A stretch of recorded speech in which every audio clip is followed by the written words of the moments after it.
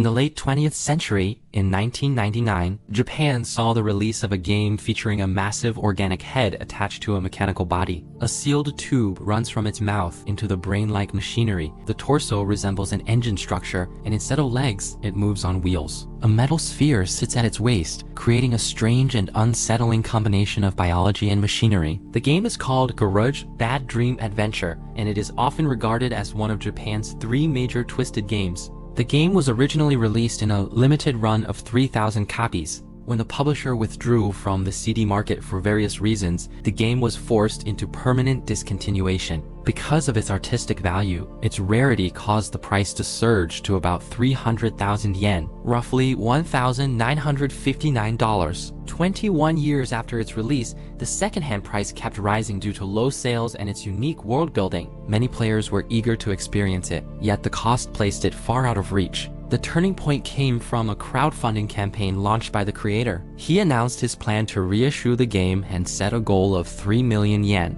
In the end, the campaign raised 22.88 million yen, with 2,395 supporters. With far more funding than expected, the creator not only rebuilt the visuals but also added a significant amount of new content. The total text nearly doubled. This game is extraordinary. It blends psychology, Freudian psychoanalysis, Marx, Deleuze, Guattari, capitalism, and schizophrenia. To make the entire story clear, I will explain the concepts as the plot unfolds, keeping unnecessary commentary to a minimum. This is Garage. Please sit there. You may experience severe dizziness at first, but please bear with it. Yes, Mr. Yang, you'll be fine.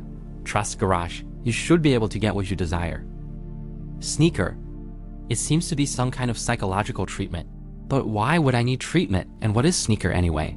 Everything in this game exists within the dream of Mr. Yang. This is a process of therapy and psychological analysis. In Freud's theory of psychoanalysis, the human mind is divided into 2 primary parts, the conscious mind and the unconscious mind. The conscious mind contains mental activities we can perceive, while the unconscious holds everything we cannot sense directly, such as repressed pain, desires, and experiences buried deep within. Psychological treatment aims to bring the patient into contact with the unconscious. Traditional psychoanalysis is highly inefficient, relying on conversation to help the subject allow repressed material to surface. The goal is not to destroy the suffering that has been pushed down, but to find a way to coexist with it. The method of analysis in the game is far more sophisticated. It enters directly into the dream, the largest realm of the human unconscious. Everything within it is unknown, yet everything follows a traceable pattern.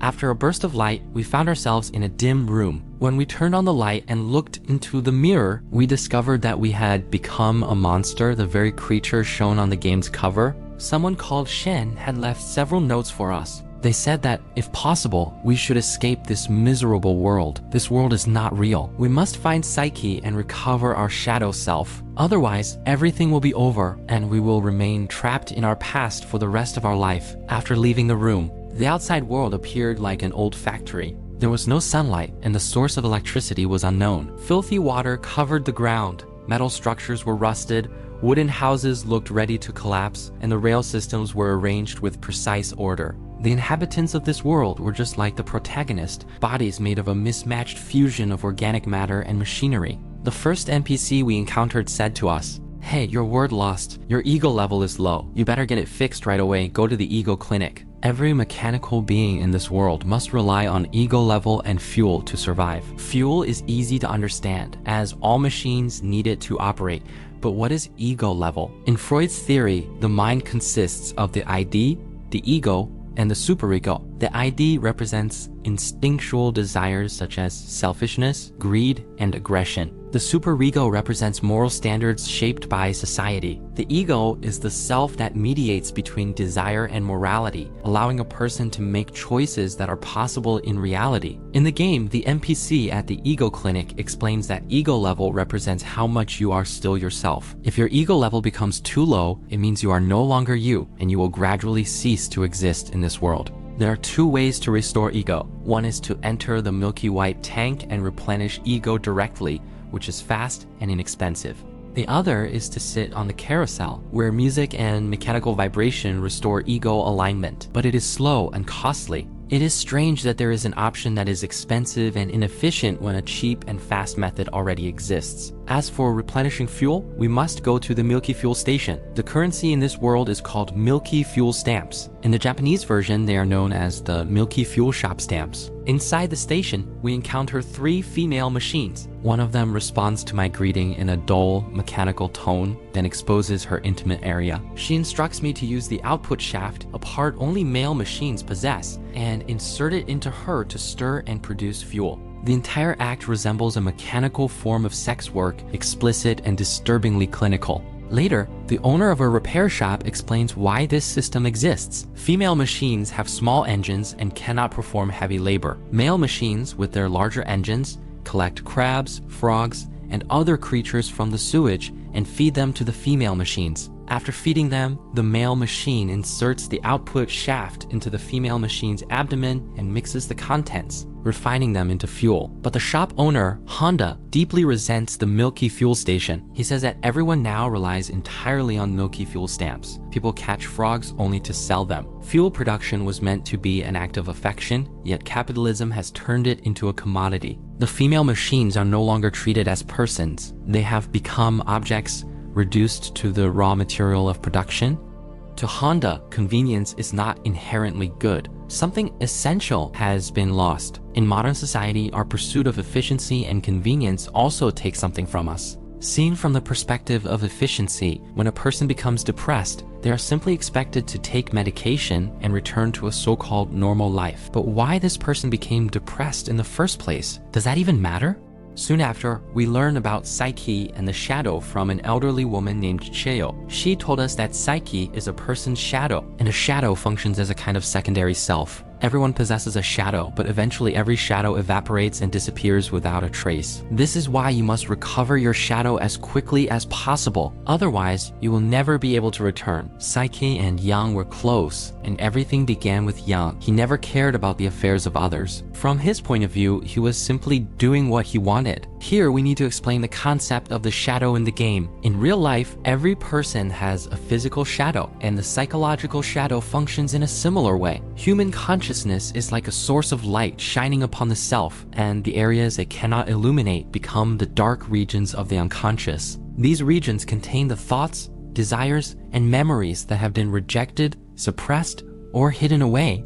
The essence of psychoanalysis is search for a person's shadow, the repressed suffering that has been pushed into the unconscious. For the protagonist, finding his shadow is not only part of the therapeutic process, it is also the only means for his conscious self to escape from garage. From the old woman's words, we can tell that Yang seems to be the one who first set this world on its current path. Following her directions, we head for Milky Fuel Shop No. 2. Yang is not there, but a man named Lee tells us that Psyche is at the lighthouse. To reach it, we have to pass through the experimental workshop, but he insists that it is impossible for us to get inside because the main gate is sealed with a special lock. He also asks why we are looking for a shadow. To him, it is a strange goal. He says that we do not look like one of the machines from this world. The questions keep piling up. When we arrive at the experimental workshop, we find a massive press at the entrance. It will crush anyone who tries to enter. To open the workshop gate, we need to track down the workers who are employed there.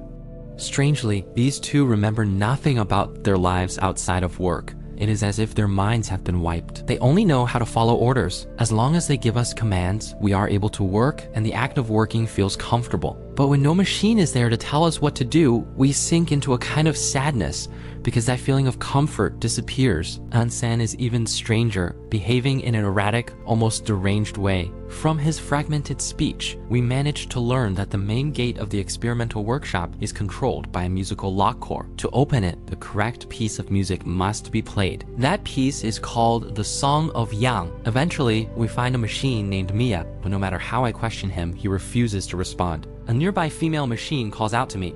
She is Mia's partner. She explains that the press, the new world, and everything outside the lighthouse were all built by Mia. Now, however, Mia does nothing. He no longer even speaks. The only thing he still does is stir my abdomen. She also tells us that the Song of Yang is hidden behind a poster and gives us an old blueprint. When I follow the hint and finally obtain the poster, I am genuinely shocked by what I see. The poster clearly shows a series of distorted human figures. It raises a disturbing question. Did the machines in this place once watch these deformed humans for entertainment? We eventually track down Han, the creator of these posters. He explains that before the birth of the New World, his job was to create musical scores. On these scores, each machine could have its own dedicated piece of music, a unique tune assigned to it, and he liked to think of that tune as something that belonged only to that machine. For reasons he does not fully understand, at some point no one wanted to write their music anymore, and his work shifted to designing posters for the New World. He feels that no one is willing to reveal themselves now, and guesses that this change may have something to do with the sudden decrease in sewage. Sewage forms the basis of this world. It nurtures frogs and crabs and sustains our existence. At this point, the game introduces another essential system.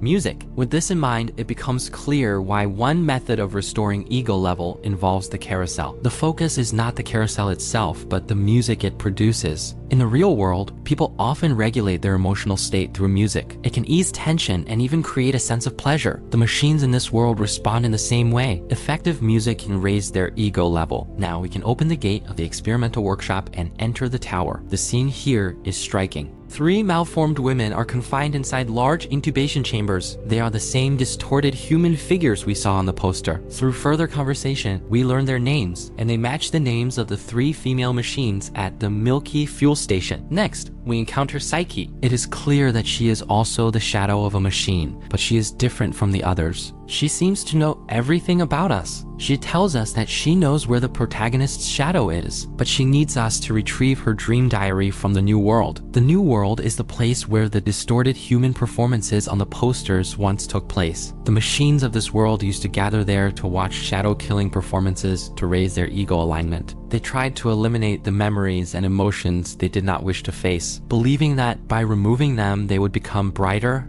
and live better lives. The former overseer of the New World, Qin, possessed a final journal, but it can only be obtained in exchange for Firestream liquid. This substance is extremely dangerous. It can triple the combustion efficiency of milky fuel and greatly enhance engine output, but it carries a high risk of disintegration. After consuming the Firestream liquid, Chen broke apart in a state of manic exhilaration. Why did he choose to do this? Was it because he had grown accustomed to violence in the New World, and when that violence could no longer expand outward, it turned inward instead? The aggressor became the victim of his own impulses. Soon after, we pick up a notebook titled Juice's Diary, yet the diary we were meant to find should have belonged to Psyche, so it is unclear why it appears instead as Juice's diary. Inside, it seems to record an incident of bullying. From another machine, we learn that Juice is the most important presence in this world. She sustains the functioning of the entire system, but she was altered and imprisoned by Yang. We bring Juice's diary to Psyche and explain what we have learned. Psyche tells us that the protagonist's shadow is located in the underground sewage system. The sewers are the darkest place in this world, and only one individual has ever traveled there by boat. Her name is Lu. Lu was once a performer in the distorted shows of the New World. After the New World closed, she moved to the far edge of this world. To the machines living here, all the residents in this area appear monstrous. Neighbor 1 looks like 2 heads fused together, each with its own consciousness. Neighbor 2 suffers from a rare skin condition, his body covered in sores. Lu is the 3rd neighbor. When we find her, she is producing milky fuel with a strong male machine, but something feels wrong. Lu is a female machine, yet she has a male output shaft. It becomes clear that she carries both features. In a world where survival depends entirely on cooperation between male and female machines, Lu is the only one capable of living on her own. Yet she has clearly been altered, reconstructed into a machine whose output shaft can no longer function. It raises a troubling question. In this world, is someone who does not conform to the expected form destined to be rejected? Guided by Lu's boat, we travel through the sewers and finally find our shadow. He appears as a timid and deeply distressed child. When he sees us, he reacts with intense fear, even mistaking us for Yang coming to kill him. In the end, he asks us to help him find Sneaker.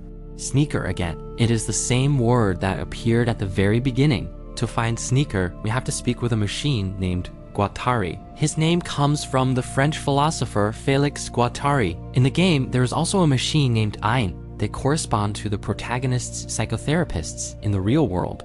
You have met your shadow. Then have you found the core memory? The shadow belongs to a world of its own. For the shadow, the core memory serves as a bridge to that world. Only by finding it can the shadow regain its memories. Guattari gives me the dowsing compass and also hands me a log. The log describes Yang. He was born with an exceptionally high ego level. He is an extremely selfish machine who cares only about himself. The first thing he did after appearing in this world was to hunt female machines. In this world, good music can raise ego level, so bad music can naturally lower it. Yang uses noise to force female machines to disintegrate. Although he is also affected by the noise, his abnormally high ego level allows him to survive. As the number of female machines decreases, the amount of sewage drops. Sewage is the excretion of female machines. Without sewage, there are no frogs, crabs, or other raw materials needed for milky fuel. It is a closed loop. Yang then uses a floodgate to block the flow of sewage. During this time, he encounters a special machine called Juice. Juice has an ego level even higher than Yang and a shadow that is all-knowing and all-powerful in this world, bearing the sacred name Psyche. We have to remember that this world exists only inside the protagonist's unconscious.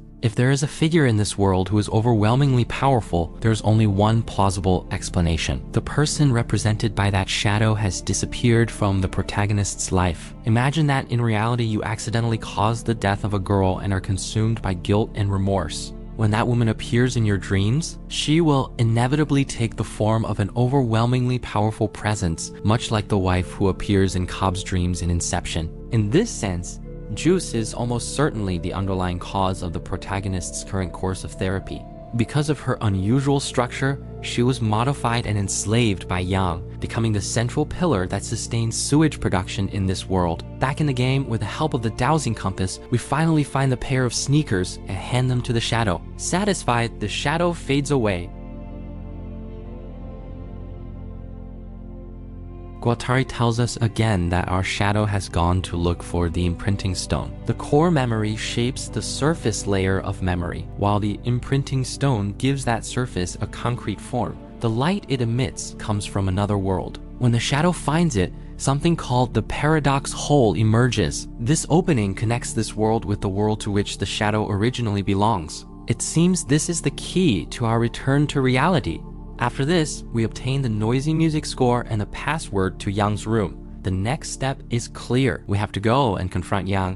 When we open the room, we discover that it is filled with the corpses of female machines. Yang has been waiting for a long time. He knows I was bound to come. He asks if I feel at ease now, then says that Yang is not really here because he used to be Yang and I am Yang too. When I split off from him, a new personality was born inside him, the one called Shen. Yang snatches the noisy music score from my hands and begins to play. As the piercing sound fills the room, both his body and mind start to break apart. When the last remaining part of Yang falls away, the noise stops. I have defeated Yang, or rather the machine who once was Yang and is now Shen. Everything has followed the plan he prepared. In his final letter, he writes that he has been waiting for me to surpass him for a long time. He always hoped that I would reach a place he could never go. He could not open the floodgate, and he could not remain in this world. What I see now is the chaotic world once created by the Yang of the past. Only when Ein spoke to him did he learn who he was. Only when Guattari spoke to him did he understand what he had done.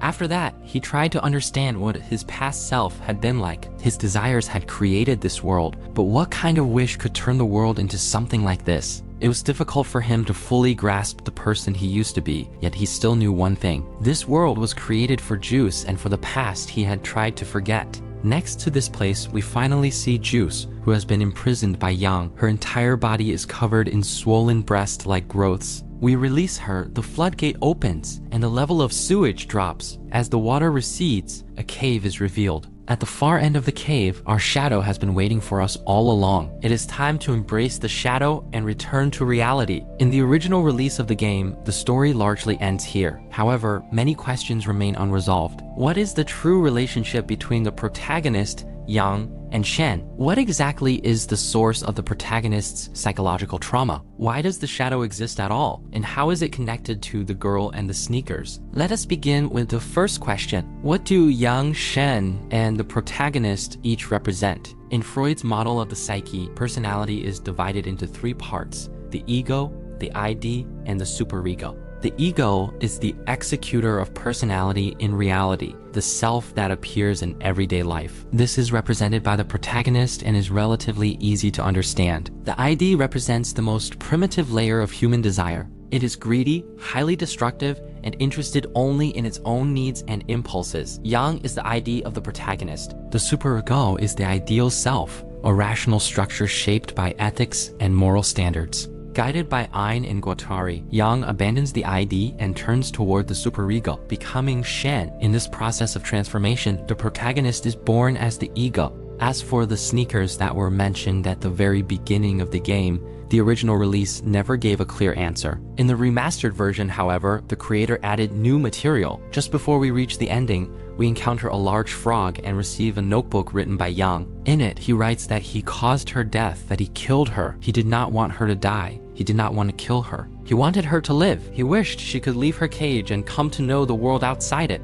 But his wishes no longer matter because she no longer exists. At first, he could not understand why she longed for his violence. Now he believes he can. She never intended to trap herself in a desperate situation. She simply did not know that any other world existed, so she had no other choice. Perhaps seeking out his violence was the only way she knew to communicate. This is the second clue. It appears in a different way. If we keep visiting the same female machine at the Milky fuel station, she will suddenly call out to us. She says that something about her life feels wrong, but she cannot tell what it is. She asks the protagonist if he can take her away. The protagonist brings her home. At first, she has no clear personality and only knows how to follow orders. Even so, one thing is certain: she is not a piece of equipment. She is a person. The protagonist has to treat her as a person, as an equal. We catch frogs and feed them to her. We talk with her and spend time together. Gradually, she develops a human-like consciousness. Sometimes she even argues with the protagonist over trivial things.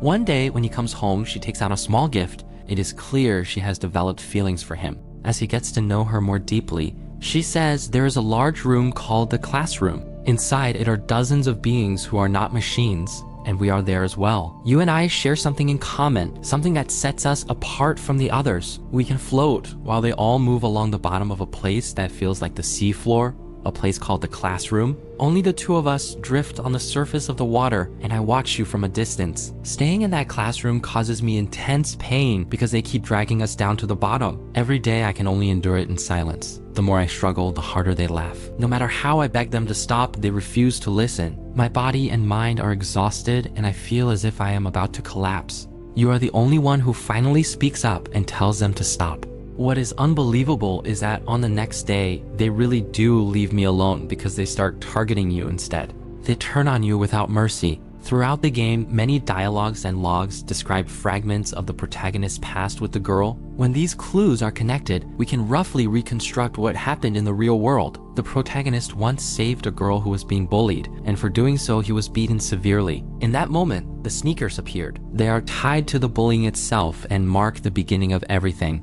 After being rescued, the girl came to regard the protagonist as her entire world, falling into a pathological form of attachment. The protagonist wanted her to leave the cage of her own mind, and he could not believe that her affection for him was real. He began using violence against her, thinking that if he acted this way, she would finally break free and build a life of her own. But the damaged girl internalized his violence as a kind of love. It was a distorted form of affection. In the end, during one of these violent episodes, the protagonist killed her. This experience became the trauma he could never escape. This is the story behind the protagonist. Beyond the personal story, we also need to talk about the world of Garage itself. To understand it, we have to look at one idea: capitalism and schizophrenia. Capitalism is not only an economic system, it is also a social and cultural structure. Placed alongside schizophrenia, capitalism can be understood through Marx's concept of alienation. Capitalism alienates the individual, and the part of the person that becomes alienated comes into conflict with their own essence. That contradiction within the self is what tears the mind apart. The world of Garage is a capitalist world, one that has been reshaped into this form by Yang. Before Yang arrived, male machines had stronger bodies, higher output, and larger engines. They would catch frogs and other creatures in order to pursue female machines. Female machines in turn produced milky fuel and discharged sewage, keeping society running. Many older male machines had partners. It was a relatively healthy social structure. After Yang began hunting female machines, the production of milky fuel became insufficient. To increase social productivity, Yang chose a strict division of labor and introduced the milky fuel station. This is the complete objectification of female machines,